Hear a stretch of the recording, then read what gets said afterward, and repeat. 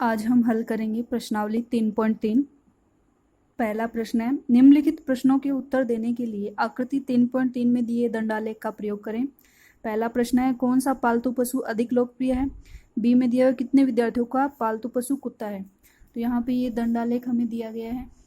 इस तरफ जानवरों के नाम दिए गए हैं, इस तरफ विद्यार्थियों की संख्याएं दी गई है। तो सबसे ज़्यादा विद्यार्थी हमारे पास यहाँ दिखाई दे रहे हैं 10, और वो किसको पसंद कर रहे हैं, बिल्लियों को।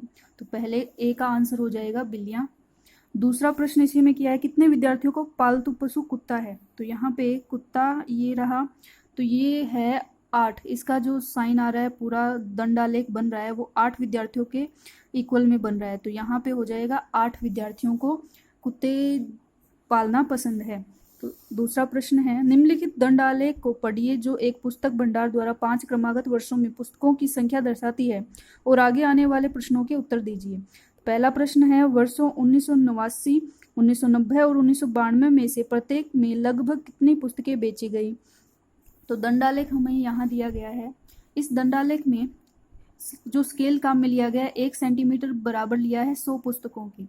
तो यहाँ पे ये पुस्तकों की संख्या दी गई है, इस तरफ ये वर्ष दिए गए हैं। तो यहाँ सबसे पहले है 1989। तो इसका माप हमें निकालना है कि इसमें कितनी पुस्तकें बेची गई।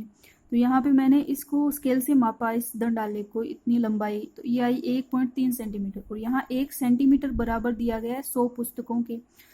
तो पहला 1989 में 1.3 सेंटीमीटर आ रहा है, उसको 100 से गुणा करें तो आएगा 130, यानी पहला 1989 में 130 पुस्तकें बेची गई।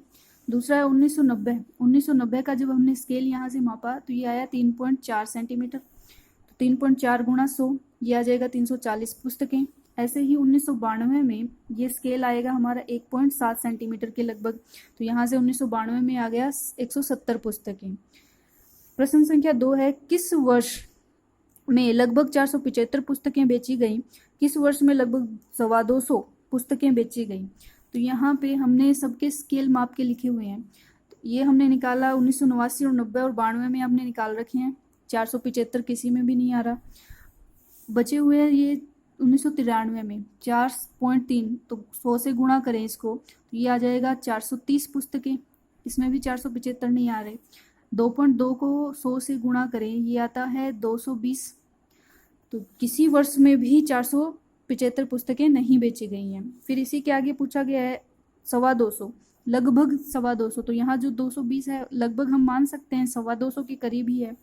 जो ये 1991 में बेची गई पुस्तकें हैं, तो ये मान लिया 1991 में बेची गई पुस्तकें 225 हो सकती हैं। नेक्स्ट है, किन वर्षों में 250 से कम पुस्तकें बेची गई। तो 250 से कम यहाँ भी हम देख रहे हैं, ये 130 है, ये 220 है, ये 170 है। तो 3 वर्ष हैं, 1989, 1991 और 1992 में।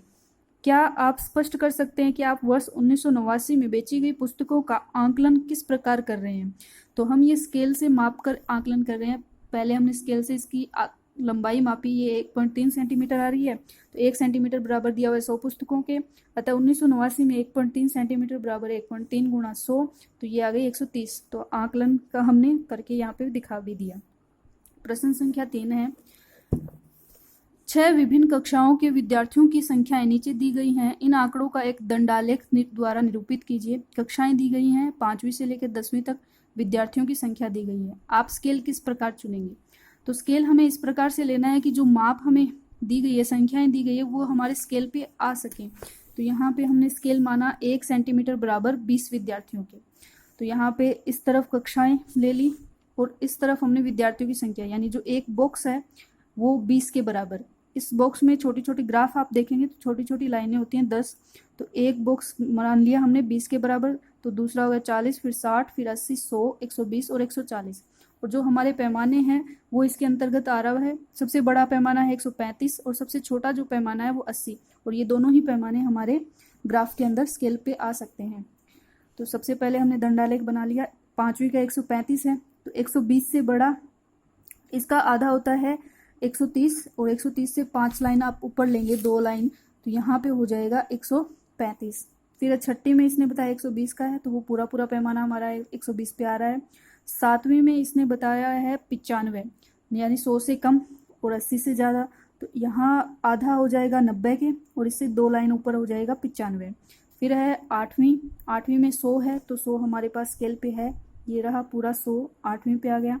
9वीं में 90 हम बना सकते हैं, 80 और 100 के बीच में आ जाएगा 90, और 10वीं का 80 है, तो ये आ गया 80 पूरा स्केल, यहाँ पे हमारा दंडालेख ये बन गया। अब इस दंडालेख में प्रश्न पूछा है, निम्न प्रश्नों के उत्तर दीजिए। किस कक्षा में विद्यार्थियों की संख्या अधिकतम है और किस में न्यूनतम है? तो जिसका पैमाना सबसे ज़्यादा है वो अधिक होगा, यानी 5वीं कक्षा में सबसे अधिक, और न्यूनतम हो गया सबसे कम है 80, तो वो है 10वीं कक्षा का। कक्षा 6 के विद्यार्थियों की संख्या का कक्षा 8 के विद्यार्थियों की संख्या से अनुपात ज्ञात कीजिए। तो कक्षा 6 अनुपात कक्षा 8, कक्षा 6 के विद्यार्थियों की संख्या है 120 और कक्षा 8 के विद्यार्थियों की संख्या है 100। तो यहाँ से 120 अनुपात 100, 10 से 10 कैंसिल हो गया, 12 और 10 दोनों 2 के पहाड़े से कैंसिल हो रहे हैं, 12 6 बार, 10 5 बार, तो यहाँ पे अनुपात आ गया 6:5।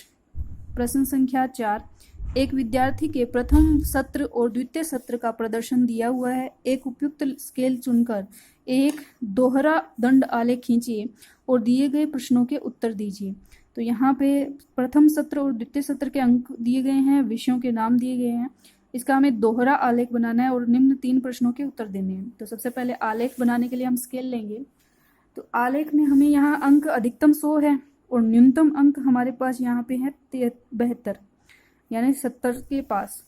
तो यहाँ हमने स्केल ले लिया 1 इकाई या 1 सेंटीमीटर बराबर 10 अंक। तो हमारे पास यहाँ दंडालेख बनेगा 10, 20, 30, 40 ऐसे करते हुए 100 तक का। विषय हमने लिए अंग्रेजी, हिंदी, गणित, विज्ञान और सामाजिक, इस तरफ हमने विषय ले लिए, इस तरफ हमने प्राप्त अंक लिए हैं। पहले अंग्रेजी में इसने दिया है प्रथम सत्र में 67 और द्वितीय सत्र में 70। तो प्रथम सत्र पहले बनेगा 67 का 60, फिर 61, 62, 63 ऐसे करते हुए छोटी जो लाइनें होती है वो काउंट करें 7, तो यहाँ पे आ जाएगा 67, और द्वितीय सत्र में इसने प्राप्त किए 70 पूरे। तो ये दोनों दंडालेख एकदम पास पास बनेंगे, इसे दोहरा दंडालेख कहते हैं। ये बन गया अंग्रेजी के लिए, ऐसे ही हिंदी, गणित, विज्ञान और सामाजिक के लिए आप बना सकते हैं।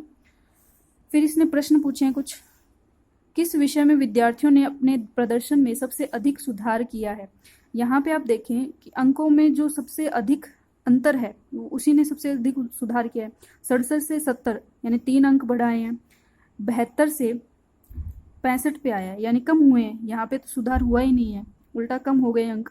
88 से 95 यहाँ पे सुधार हुआ है, कितने अंकों का हुआ? तो 88 यहाँ पे हुआ है 7 अंकों का। फिर 81 से 85 यहाँ 4 अंकों का। 73 से 72 यहाँ 2 अंकों का। तो सबसे ज़्यादा सुधार किस में हुआ है? गणित विषय में। तो पहले का आंसर हो गया गणित में। दूसरा है, किस विषय में सुधार सबसे कम हुआ है? तो सबसे कम सुधार, यानी सुधार तो हुआ है लेकिन कम हुआ है, तो यहाँ 2 अंकों का ही सुधार हुआ है, तो सामाजिक विज्ञान सबसे कम सुधार हुआ है। क्या किसी विषय में प्रदर्शन नीचे गिरा है, यानी जिसमें सुधार ही नहीं हुआ, यानी नीचे गया है अंक, वो कौन सा है? हिंदी। 72 थे और 72 से कितने हो गए? द्वितीय सत्र में 65 हो गए, तो यहाँ पे सुधार न होके उल्टा नीचे गिरा है, तो इसका आंसर हो जाएगा हिंदी। इसी प्रकार आप 5वां और 6ठा प्रश्न हल करेंगे स्वयं। विद्यार्थी ये 5वां और 6ठा प्रश्न स्वयं हल करें। 6ठे प्रश्न में इसने जो आंकड़े दिए हैं वो सारणी 3.1 का अनुदेश किया है। जो सारणी 3.1 है वो प्रथम पृष्ठ पे है, जहाँ से प्रश्नावली प्रारंभ हुए। आपको पैमाने ये लेने हैं, इन पैमानों के आधार पे दोहरा दंडालेख इसमें बनाना है और निम्न प्रश्नों के उत्तर देने हैं। तो यहाँ प्रश्नावली 3.3 पूर्ण होती है हमारी। धन्यवाद।